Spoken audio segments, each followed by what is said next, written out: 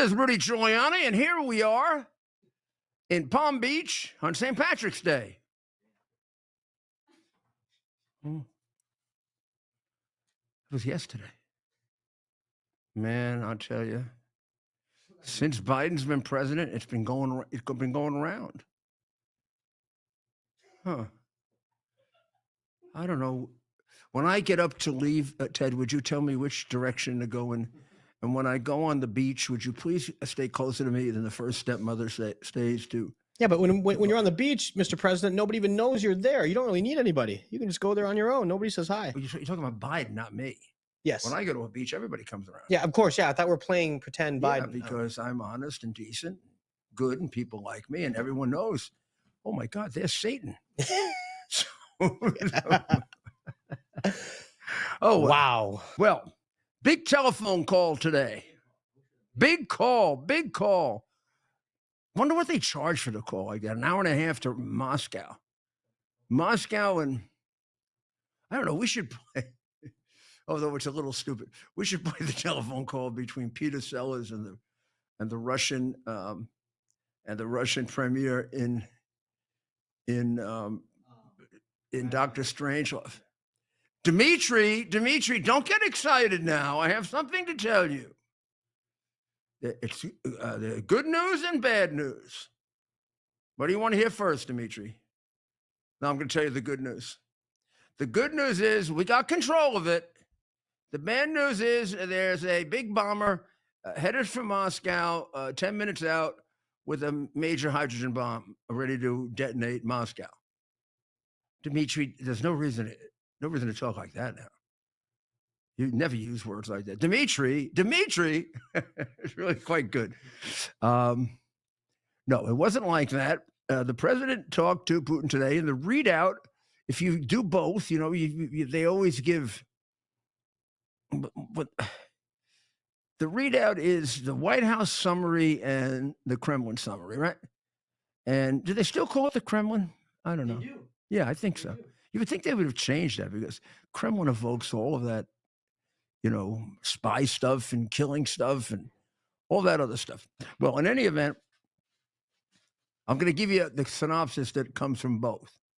They agreed that there would be a limited ceasefire for 30 days. The limited ceasefire pertains to not hitting any energy or utility facilities of either country. Purpose, not to put out a city, not to deprive people of electricity, not to deprive people of gas, not to deprive you of transportation. I assume, but I'm not sure, that whatever takes place will take place between soldiers.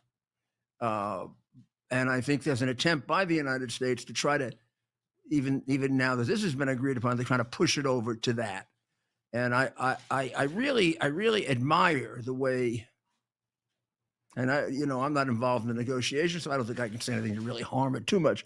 I really admire that it's the president of the United States and Marco Rubio and the team, right?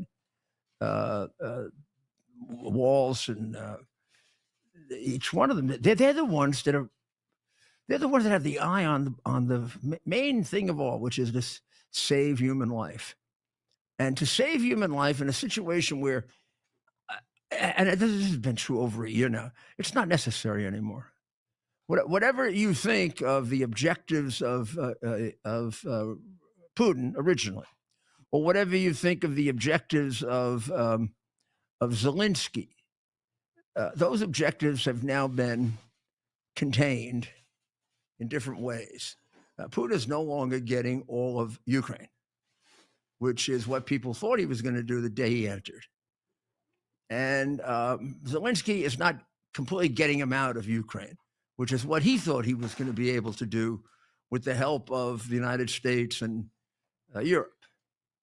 It is now quite obvious that if people remain supported the way they're supported right now, Russia propped up by China and North Korea, including North Korean troops, and Ukraine propped up by the United States and, in varying degrees, Europe, they're going to fight to it to a draw, a stalemate, whatever you want to call it.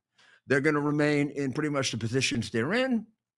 And one major change that I do believe is what happens when you become indecisive. I think that Zelensky was in a somewhat better position 2-3 weeks from now when Trump put so much pressure on him to agree right away. I think at that point, Trump had Putin kind of stuck on this deal right away. He would have gotten this deal right away and probably a little better. And Putin would not have been given, like we like to call our show, America's Mayor Live, we like to call it soccer time, you know, that little extra time you get. He wouldn't have gotten soccer time. There would have been no overtime. So had he not had overtime, right now, Ukraine would be controlling Kursk. Ukraine has totally lost Kursk. And I predicted this to you a week ago. I said Putin will say truce, ceasefire when he gets Kursk. And what did he do? Ceasefire when he said Kursk. And I will guarantee you he wasn't thinking that way before Zelensky pulled his hissy fit and ended up with a 5 to 10 day delay. And Putin, who is possibly or probably is a more decrepit human being, probably killed a lot more people than Zelensky, although Zelensky's no angel, having come out of the worst oligarch in Ukraine. Zelensky's no match for him. Putin wrapped him into that, got him to give him the extra time, went in and like a pitcher in the 9th inning, closed by taking Kursk back. What does that mean? That means that Zelensky had some Russian territory. It wasn't much, but it was something, and it was more than just small s symbolic. It was large s symbolic because Russia hadn't been invaded since Hitler. They've had no one take territory from them, even for periods of time since Hitler. So Putin would have to have traded to get this back. Now Putin is only going to trade if Trump can make the deal for them, and it sounds like he is. So the points of the ceasefire that we know of so far are 30-day ceasefire, no hits on energy or utilities or facilities during that period of time. As to other kind of fighting, it's a little unclear. Second, there will be a release of 20 plus Ukrainian prisoners without any conditions at all by Russians to the Ukrainians. Number 3, there's an agreement that they will sit down and negotiate a land and other both a land arrangement and a security arrangement that both can agree on. And although I don't think this is part of the agreement, they all agreed that Iran has to be stopped on its way to being a nuclear power. That was very important. A very important thing to add into this. One of the things the president has done is recognize that when you're dealing with the second or third, most powerful country on earth, which has maybe not your capacity, but still has the capacity to either destroy the world or do great damage to it, there's always more than one issue involved. And their support, even behind the scenes for Iran, was a very, very big crutch for Iran to lean on. Bibi Netanyahu has taken all the big crutches away from Iran. They are on a cliff. They no longer have Assad holding them up, and they no longer have the Hezbollah holding them up, and they no longer have Hamas holding them up. And China has taken a powder, and they're ready to be pushed off. And just to get Russia to agree to that and kind of stay out, something's going to happen in Iran, I can assure you. And Iran, you're on your own. You don't have all those little proxies now. And the last time you were on your own, Israel showed they could have their way with you, didn't they? Like, how would we put it? They are no, you are no match for the IDF. You weren't even a match for Iraq. So this was a big day. This is a day that probably never could have happened under Joe Biden. First of all, he couldn't have had the telephone conversation for 90 minutes. We know from his performance at the debate that he would have made sense for no more than 2 or 3. He'd have made a fool out of himself, and who knows what he would have given away without knowing it. Or who knows what war he would have started without knowing it. If Kamala Harris would have the conversation, Putin would probably attack us just out of frustration and not being able to understand what she was talking about. This only happens because of Trump. This war only happened because there was no Trump, and this war is over or going to be over because of Trump. And this is a major achievement. Did the president say? Do we have some of the president's words from today, so that we can see this?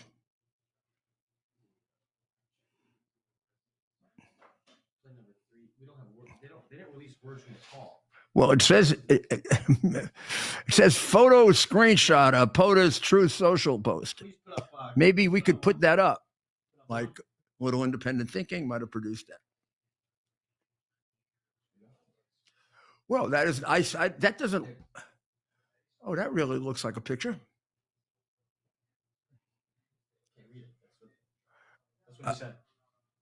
I can't read it. It's too far away. And I didn't want that. I wanted a photo screenshot of him on the phone. Oh, can we put on number 2, the picture of the president on the phone with That's the president on the phone with Putin. Hey, it is amazing. You would think for a conversation like this, he'd use a bigger phone. It should use a bigger phone. Well, and would you take it on speaker? No, I would not that on take speaker in the Oval Office. Too many people. No, because I think both of them. Well, I mean, look, it doesn't really matter. You can be on a phone and 5 people can be on. Nobody would know it. So they have to trust each other. And people were listening to that call. How do you think they did a readout of it? Yeah, they both know. So both of them have somebody on the phone at least as a trusted rapporteur of the call. Yeah. Probably the senior staff, maybe Mr. Walls was on there. Well, no, maybe, but there'd be somebody on there to take notes, and that would probably not be senior. Yeah. It'd be more like a very high level stenographer. Yeah. And maybe we could show Putin and Trump So let's play cut 3 while we talk here. So this should not be this should not be distracting. This was, of course, when they met in 2019. And you say, well, now how can these people who are on both sides of it probably at one point or another, I can't remember for sure if any Russians killed any Americans under Trump. I don't think so, or vice versa, but they could very well be at war with each other. But the idea is not to have war. The reason we have a big military is to prevent war, not to go to war. But you can't prevent war unless you're ready, willing, and able to go to war. Now, if you want to put up the agreement, Ted, maybe you'll be able to read it because I couldn't see it on the screen. Sure. So let's go ahead and put on cut one more time, and I'll read that off for you. This is coming from the president today on Truth Social, and it came out right after the phone call. This is the president speaking. My phone conversation today with President Putin of Russia was a very good and productive one. We agreed to an immediate ceasefire on all energy and infrastructure with an understanding that we will be working quickly to have a complete ceasefire and ultimately an end to this very horrible war between Russia and Ukraine. This war would have never started if I were president. Many elements of a contract for peace were discussed, including the fact that thousands of soldiers are being killed, and both President Putin and President Zelensky would like to see it end. That process is now in full force and effect, and we will, hopefully, for the sake of humanity, get the job done. Yeah, that is absolutely correct. This never would have happened. We can count probably 1 million people dead because of Joe Biden. We also should point out that agreement could have been reached a year and a half ago. Now, things have not materially changed within Ukraine since then, and nobody has made any progress worth the lives that were lost during that period of time. So, congratulations, President Trump. Of course, you should get the Nobel Peace Prize. Question is, if you do, should you take it? And you know, there's all likelihood they won't give it to you because this isn't really peace. This is a war that Europe and Zelensky and the left wing wanted to go on for forever, or until Ukraine beat Russia. So you tell me how Ukraine beats Russia and we don't have a war. And then the question is Ukraine of the strategic importance that we should have a war?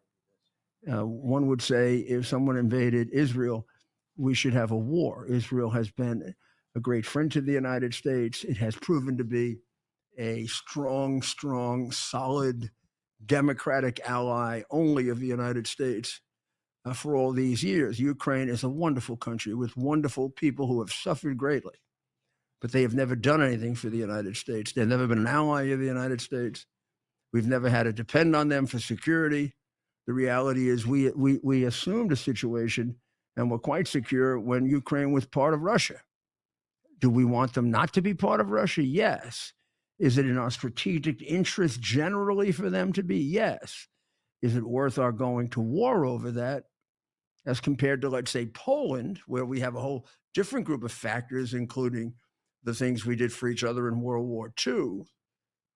No, it's a very different situation. And the inability of our of many of our people who are doing foreign policy to be able to analyze that difference in a way that's in the best interest of the United States is very, very frightening. Not the least of which the ones that just do it because they're disloyal to the United States. But even those who intellectually can't grasp differences in degree with regard to when do you put American lives at risk, and are willing to just throw them at risk all over the world for the excitement of being at war, I guess. Another piece of very, very good news, which I attribute 100% to Donald Trump and Elon Musk, and that is the return of the astronauts. Senator Kelly was quite incensed today. Senator Kelly was an astronaut, but he was quite incensed that on some show beforehand, some reporter said that Biden wasn't able to do this, wasn't able to accomplish this. Isn't that a statement of fact? They were up there. They're supposed to go up there under Biden's command for 9 days, and they're up there for how many days? 9 months. Yeah. Who was the president? Biden. So did he not do it for politics because he was afraid something would go wrong? Did he not do it because Elon Musk would have been the one who had the capacity to do it, and he didn't want to give Elon Musk a political victory? Gosh, that I would almost guarantee you. And if you think that Biden has any regard for human life, then look at Afghanistan. Look at Ukraine, which never would have happened if it weren't for Putin. Look at all the people that died of drugs that he invited into the country in the most ridiculous, most obvious, clearest way possible. I mean, his son has been afflicted by drug addiction for his entire life, and the man doesn't give a damn how many people die of drugs. So these two people up in space don't mean anything to him. Remember, he couldn't even pronounce Laken Riley's name correctly. You know, it was amazing the other day, the media got more upset about how the Trinidad people were treated who are the people, the guy who killed her was from Trinidad, than they were about Lake and Riley, which they lied about for a while. I mean, there's much more media concern about how all those poor murderers, rapists, drug dealers, human traffickers, and just plain career criminals were treated. Then Lake and Riley, they tried to keep quiet because it might hurt Joe Biden. And then they didn't seem to even care that Joe Biden never called, never mentioned it, and couldn't even pronounce the name correctly. But these animals that were returned to Venezuela, who have already shown the capacity to kill, rape, murder, and engage in all kinds of perverse acts in the United States, there was great sympathy for them. They weren't treated, I don't think the airplane taking them down to Venezuela had dinner service for them. Not a full dinner service. They were given a couple of sandwiches. And unbelievable to treat those people that way.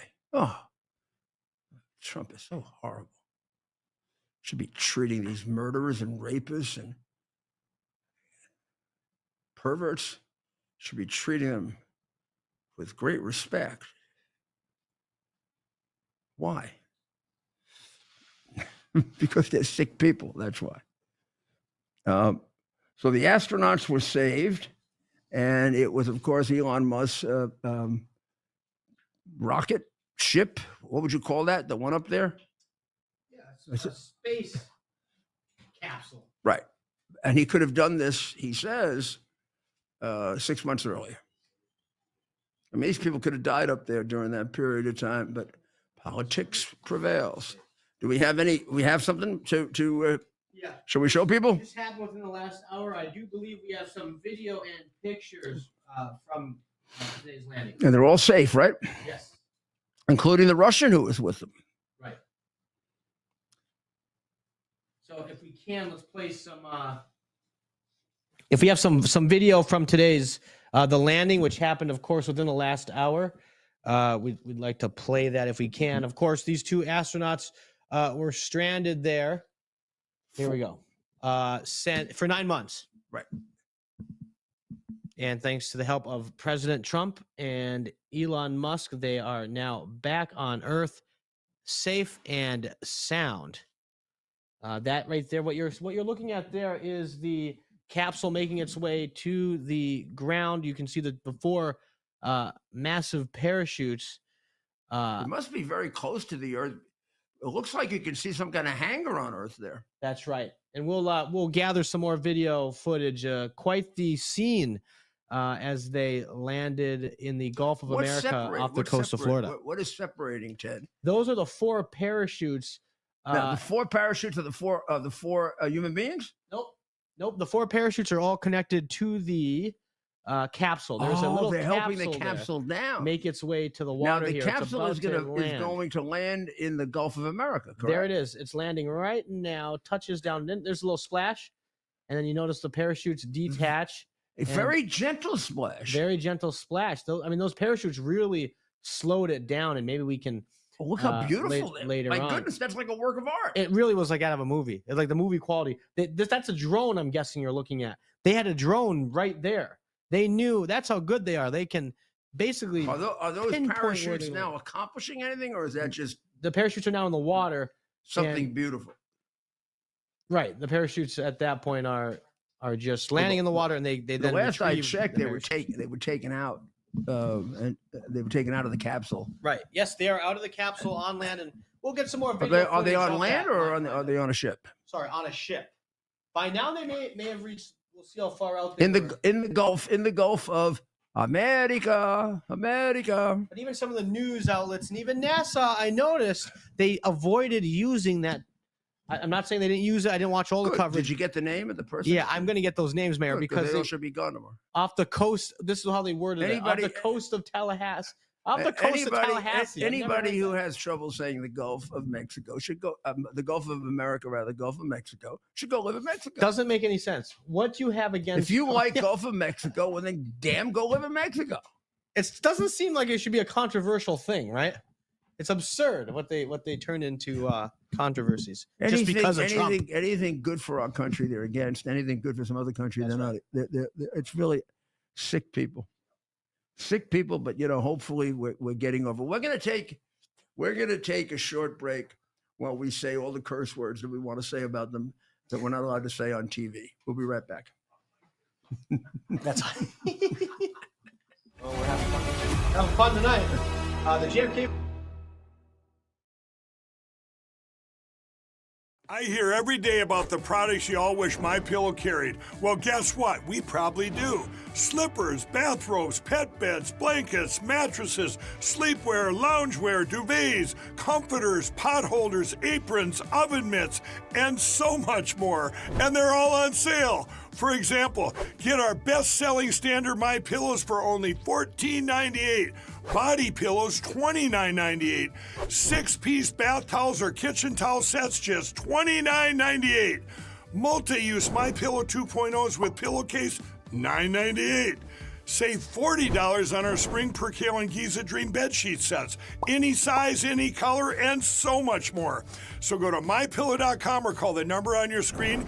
Use your promo code to save up to 80% on all MyPillow products. And I've never done this before. When you spend $100 or more, you're going to get 2 standard MyPillows absolutely free. Here we are, pretty much at the beginning of the process here at this pristine, I call it a laboratory. It's not like a factory, it's like a hospital. This is the beginning of the process for roasting.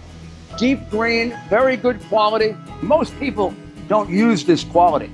We deal with small farmers because they like to know who we're dealing with. They give us the highest quality, all organic, non-GMO.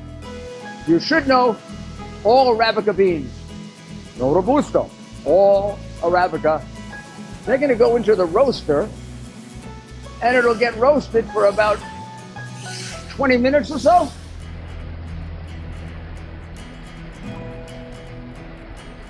Oh my goodness, look at these. My goodness.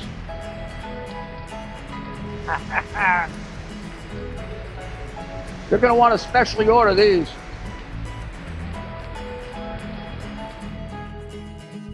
This is what goes into Rudy's coffee.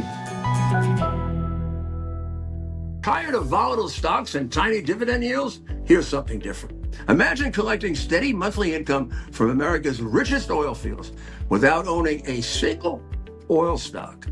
While everyone else stresses about the market, you could be earning passive royalty income month after month. This unique investment has nothing to do with drilling, exploration, or operations. You simply collect your share of the profits when oil companies pump oil. The Oxford Club's Mark Lichtenfeld has found what he calls the perfect income investment, a unique oil royalty opportunity that's still flying under Wall Street's radar. And you can get started with just $25. Head to RudyOilBoom.com now to discover more. That's RudyOilBoom.com. Stop worrying about the market and start collecting oil royalty checks instead.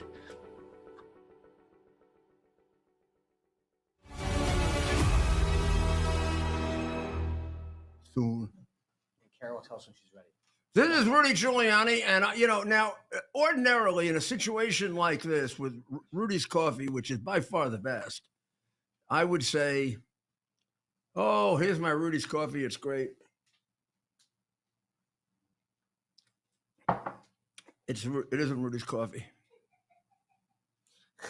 Rudy's coffee is it's backed up about 3 weeks. Would you believe Rudy doesn't have any Rudy's coffee? It's very sad. It's very, very sad. It's cruel. After all I've been through, you think I could have Rudy's coffee, huh? And I can't even blame it on the Bidens. I could blame almost everything on them, but I can't blame it on them.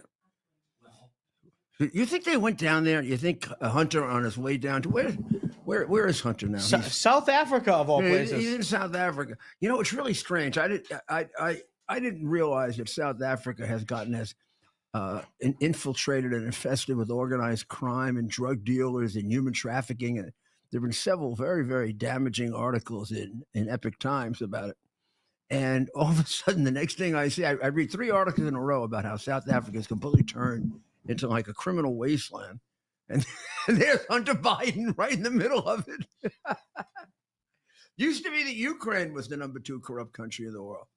Oh, I'm going there, Hunter said. Now he's got South Africa. But of course, his wife comes from South Africa. So that's really the excuse, because he's a family man. Yeah. So there was a spot where the astronauts thanked the 2 people that had the most to do with finally getting them down while Biden was playing his fiddle while they were up in space, possibly going to die. Can we show them thanking the 2 people who are the most responsible for it? Let's go to cut 5. Number 5. Don't make all those plans without me. We'll be back before too long. I can tell you at the outset, all of us have the utmost respect for Mr. Musk, and obviously respect and admiration for our President of the United States, Donald Trump. We appreciate them. We appreciate all that they do for us, for human spaceflight, for our nation. And we're thankful that they are in the positions they're in. That's a full endorsement.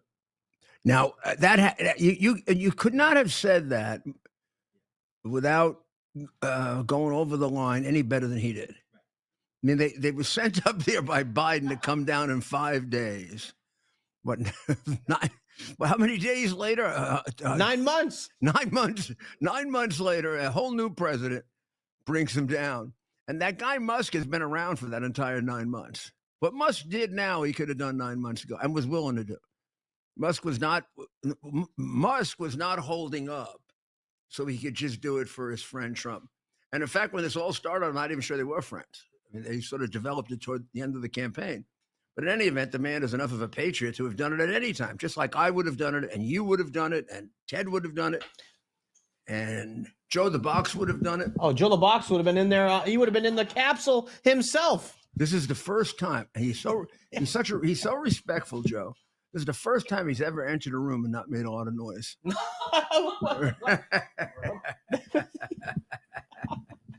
We're going to show you some pictures of him and his addition to Palm Beach, which later on we'll call the president and see if his neighbors have called and complained. Oh, you know it when Joe the Box is rolling into town. Joe and his brother have been driving around on their motorcycles. Shout out Johnny the Blanket. Johnny the Blanket. You got to meet Joe the Box and Johnny the Blanket if you haven't met these two. They've been driving around Palm Beach in their motorcycles. Put it on. And Palm Beach is not a motorcycle town. Well, we're going to talk to Joe in just a few minutes. Let's get some of the news out of the way, and then we'll get to the serious stuff with Joe. So the Alien Enemies Act of 1798. I love this. So we fought the 2020 election thing over the Electoral Act of 1890 or 1877 or something. Now we're using the Alien Enemies Act of 1798, which was passed under none other than John Adams. And but the act makes it great. Just think about this. Ted and I go back to when they denied there was Tren Nicaragua, when the Bidens and the Democratic traitors and those American politicians who like to see Americans killed denied that there was Tren Nicaragua. They denied it in New York. They denied it all over the country. They denied it, particularly Governor Feliz Navidad and Mayor Little Baby in Denver denied it. And remember he was gonna stand out there and stop Tom Homan from coming in. He's gonna stand in front of the gates of Denver and stop Tom Homan from coming in. Have you seen Baby Mayor? Have you seen Tom Homan? That would not be. No. I would not recommend that this guy stand in the way of Tom Homan. I was actually worried about it because I thought this guy would actually, Wouldn't even be a fight. This guy have a heart attack if he saw Tom. It's Tom coming And out. I also was a little confused because Denver doesn't have any gates to the city. I thought he did that as a fake.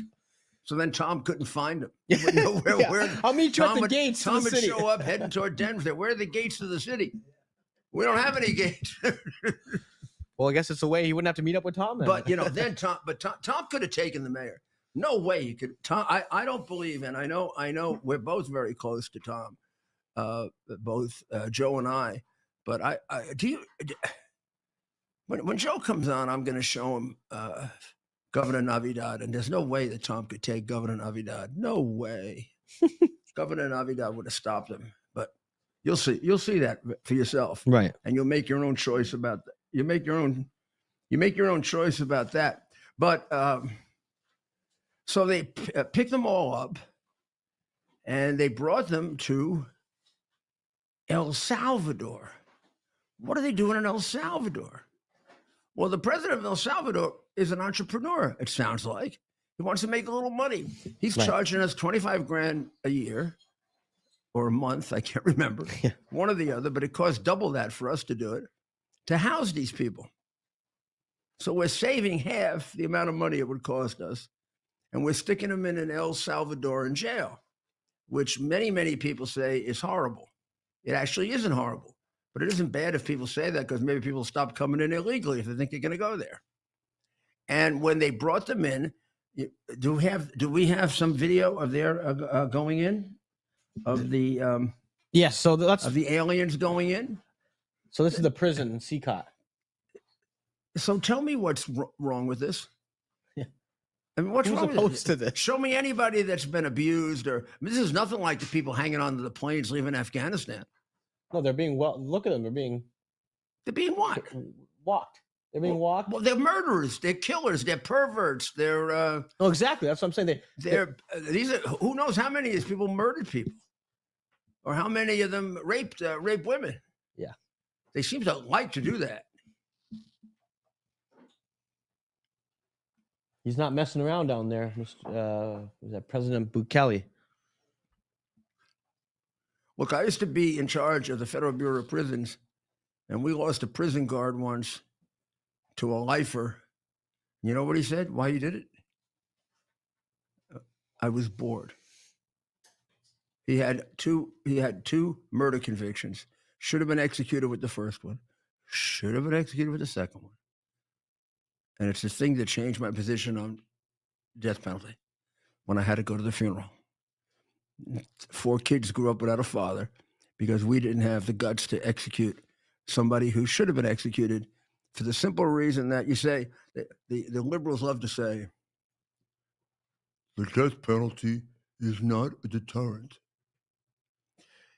Hey, jackass, it deters them from killing somebody else.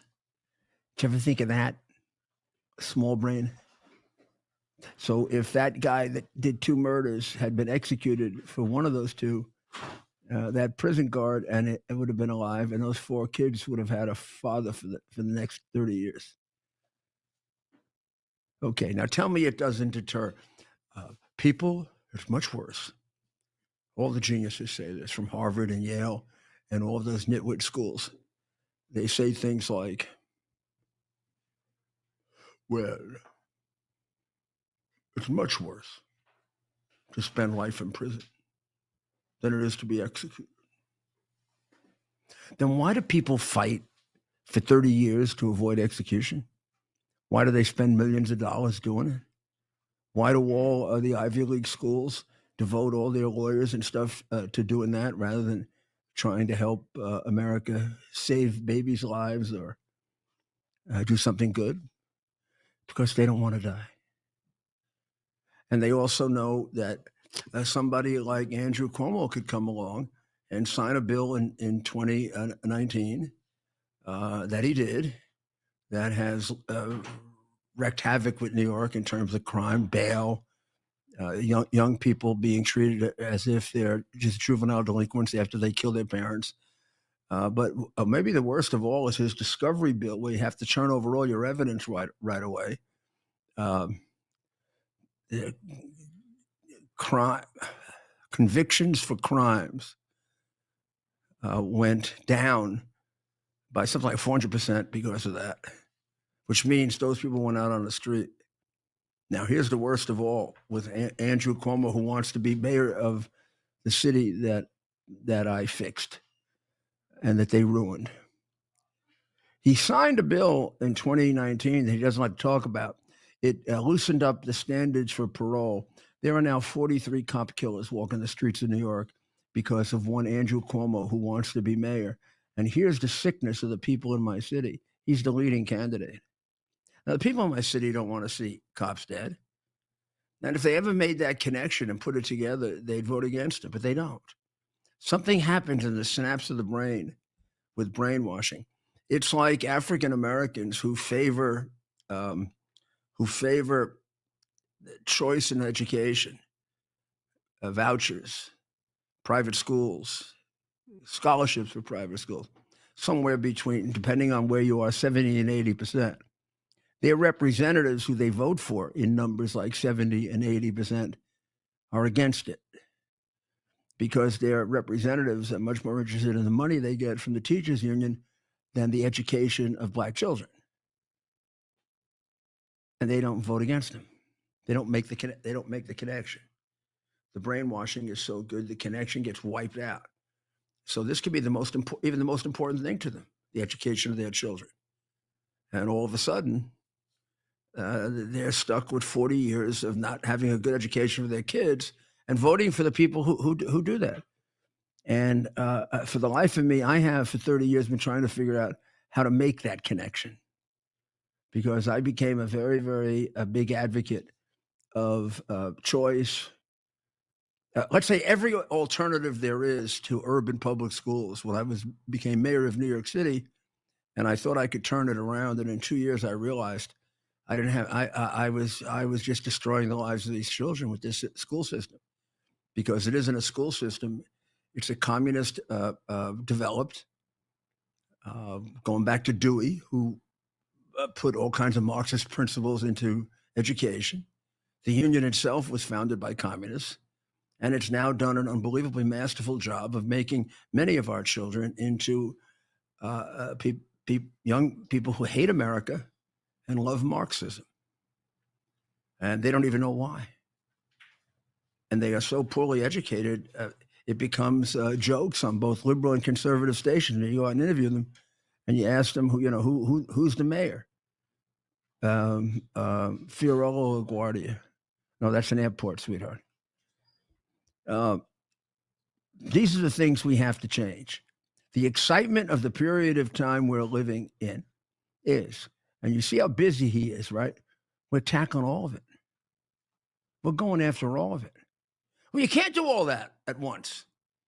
We don't have a choice. We want our country back. We want to pass on our country better than we got it to our kids. And to do that, we got to stop this racing train toward communism and turn it around. And boy, Superman is doing it. Like that, just like that. So, shall we look at the? Pardon me? Oh, we have Kara at the White House. Oh, good. So we'll look at Kara. That's always nice. Let's look at Kara. Our White House, Washington correspondent, Kara Castronova. There she is. Where are you, Kara? We can't see the background too well. Tell me where you are. I'm at the White House. You can't see it behind me. It's pretty bright, but maybe the camera's not catching it. I'm here at the White House. Let me move so you can see. I'm outside. I'll move. I'm on the lawn. See right there? See the White House? Yeah. Wow, look at it. Yeah. It looks great. Are they having a party It tonight? does. I don't know, but if they are, the press is not invited. President Trump has been inside there doing some serious work all day. Obviously, he was on the phone with Russian President Vladimir Putin earlier in the day, and he did that very important phone call. Then he signed some executive orders later on. So, and as you know, the call went pretty well, and it looks like there's going to be a ceasefire, at least on the energy infrastructure, bombing of that, and hopefully a full and permanent ceasefire in the future. Well, I'm going to tell you something funny. I wasn't sure I would tell anyone this, but this morning at about 10 o'clock, right before he called President Putin, I inadvertently called. I made a mistaken dial. I was trying to call Ted. I was trying to call Really? Ted, and I called Mr. Trump, Donald Trump instead. And I was mad at him because he had left the top of my car open, and I had to go do something very quickly. And I said, "Ted, I'm going to kill you." And then I realized that I had left a message on the president's phone. Oh my My God, goodness. the Did he Secret Service is gonna reply? so I called him up to correct him, and he picked up the phone. He picked up the phone. I said, "Mr. President, this was a misdial." And we had a So very maybe nice that's conversation. why, that's probably why the call went so well with Putin. Maybe you're a good luck charm, It I was think, yeah, that was because it the was good call luck. did. He told me he was gonna go on with Putin, and I wished him luck. It sounded like a good conversation. It sounds like they got Putin off the no ceasefire, even if it is sort of halfway there. That's a good step. There's going to be a ceasefire on uh, electricity, energy, all the things that would disable the city. Right. That should pretty easily lead over into people. So, what do you think? What's the feeling of the White House about how this is going to go? I think the feeling is good, even, with a lot of liberal media. I was listening to some of the reporting today. Everybody wants to say bad things about Trump and saying how he's kowtowing to Putin, but that's really not the case, obviously. And it seems like the reporting here has been somewhat fair for the most part. People I think are hopeful. Trump said he was going to end the war in Ukraine and Russia, and it seems like this is the first stop. The first step, obviously, is making friends with Putin. I read a quote today by Abraham Lincoln, which was, "You basically the best way to fight your enemy is by becoming friends with them. That's how you get rid of your enemy, is by becoming their friend." So I think that Trump has that mentality, that negotiating mentality, like keep your enemies closer and, negotiate with them. And that's what's happening. I think he spoke more to Putin today, just today for those 2 hours, than Trump did than former President Biden did in the 4 years of his presidency. And there was a lot of, I think, taken in the right direction today. Like I said, more than the past 4 years with Biden. Nobody could imagine a President Biden holding a conversation with Putin, or with anyone for that matter, but especially the president of Russia. Well, I think that's absolutely true. It's a very, very good observation. And the reality is, when you have an impossible problem, and they have a stalemate, right? They don't have an obvious solution. Ukraine knows it can't get it all back. It really doesn't know how much it wants back. Russia doesn't want to give any back. And somehow he's going to have to do a miracle. He's going to have to get a certain amount back that makes Ukraine feel whole and makes Russia Right. feel as if they haven't been denied some benefit from their military conquest. And I have an idea of what he wants to do, and I can't tell you he's going to accomplish it, but Mhm. there's nobody that would have more of an opportunity to accomplish it than he does. You know what really strikes me? And Putin or Zelensky might get mad at this. He seems to care about their people more than they do. It's true. I mean, that Trump has said a number of times that a lot of people are dying and they're not Americans, they're Ukrainians and they're Russians, but they're human beings. And that's the truth. I mean, he's a very, I think, empathetic president that actually cares about humans, even though people want to paint him otherwise. So, yes, it's definitely very obvious to us reporters here at the White House that Trump really does genuinely care about the Ukrainian and the Russian people. He's seen pictures, he's seen photographs. I have too. You really don't see them on the media, but if you look, you will find them. And it's just horrifying. Like, war is a terrible thing. My dad was a Vietnam veteran. He's buried in Arlington Cemetery, less than a few miles away from where I'm standing right now. And, Oh, so yeah, more than anyone, I know just how devastating war can be on a family. And right now, as we're speaking, Ukrainians and Russians are dying. Or hopefully they're not now, now with these peace. But Trump was saying that, I think it's 2,000 a week that are dying. And when he had that meeting with the NATO Secretary General, he made the comment that as we're having this meeting, there's 2 Ukrainian and 2 Russians that are dying like every couple minutes. So it's just, it's not a joke. Human life is precious. And I think the president really recognizes that. And he's bringing that to the forefront of the conversation. It wasn't part of the conversation for the past 3 years. Zelensky disastrously played that little game and put things off for a week or 10 days, which allowed Putin to take Kursk back. So now Zelensky has less to bargain with than he had a week and a half ago. Putin was still going on killing people, and so was Zelensky. And the only one that's in there talking about this is a needless loss of human life is Trump. And you never heard Biden say that. So in all this war situation, the first one that put a focus on why are all these people dying? Russia has what they have. Ukraine has tried mightily to stop them, has stopped them to a certain extent, but not completely. And unless you're a fool, it doesn't look like it's going to change very much. So for a year and a half, people have been dying for nothing. And I think it's driving him crazy for the right reasons, because he's a human being. And thank God he came along for the good of those people. Yeah, I can't imagine what would have happened if it was the other way. Obviously, it wouldn't be good for Ukrainians or for Russians or for a lot of people for that matter. And everybody knows that. And, I think that the media was grudging today, but they were, there wasn't really much bad to be said about that call with President Putin and, President Donald Trump today. It went well. And, everybody was here. I mean, the entire legacy media was here, sort of just hoping that Caroline Leavitt will come out and make a statement, or maybe, one of Trump's senior officials about the call. But, for the most part, they released a statement. They released a readout and a summary of what happened. But really not much more than that. I think tomorrow we'll get more information on the real details of that call. But it seemed, like I said, to have gone really well, and everybody's very hopeful about the future. I'm sure they did that because it's very delicate. They don't want to make a mistake. They're at a very, very delicate point here. And slightest little thing said one way or the other, it could go off. I think it's being handled brilliantly, and you're doing a great job of covering it, Kara. And thank you so much.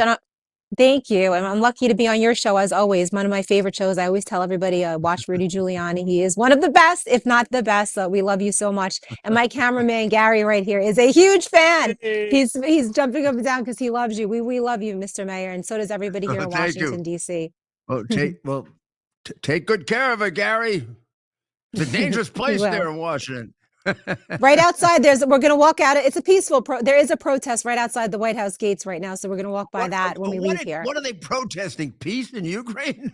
They're protesting. I think it's the pro-Palestinian protesters. They're doing a rally outside right now. There's rallies outside every day. We're at the White House. We're basically, here in Washington, D.C., where everything is going on. So any day of the week, you're going to find a protest. And, luckily, they're generally peaceful. It's really not like New York City, where it's not as peaceful. But here in D.C., it's not so bad. It occurs to me that Ukraine war is the only war we've had where all those hippie, zippy, pippies, wherever they are, don't have a rally for peace in Ukraine. That's what I'm wondering. How come that doesn't happen? War in Ukraine. It's the only place. They're in favor of peace. They're peaceniks, except Ukraine. Well, we'll see. Well, thank you, Carol. We'll talk to you tomorrow. Have a good evening. Thank you, Mr. Mayor. Have a good night. You too. Well, that was a good report. We'll take a short break. 2 minutes, and we'll be going on to America's Mayor Live on X, which we want you to come over and listen to, because we're going to have quite a bit of a political discussion, and we're going to take a look at what's going on in Israel.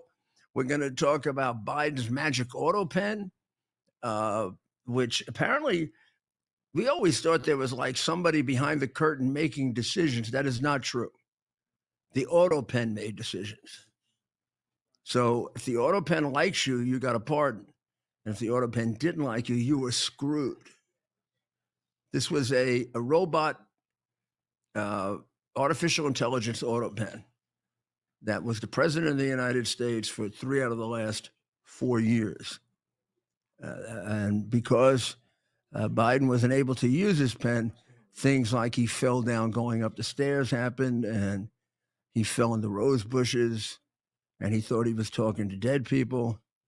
And it's all that damn auto pen that did it. and we'll take a look at all the fighting that's going on over expelling a guy who favors terrorist murderers over Americans and Jews.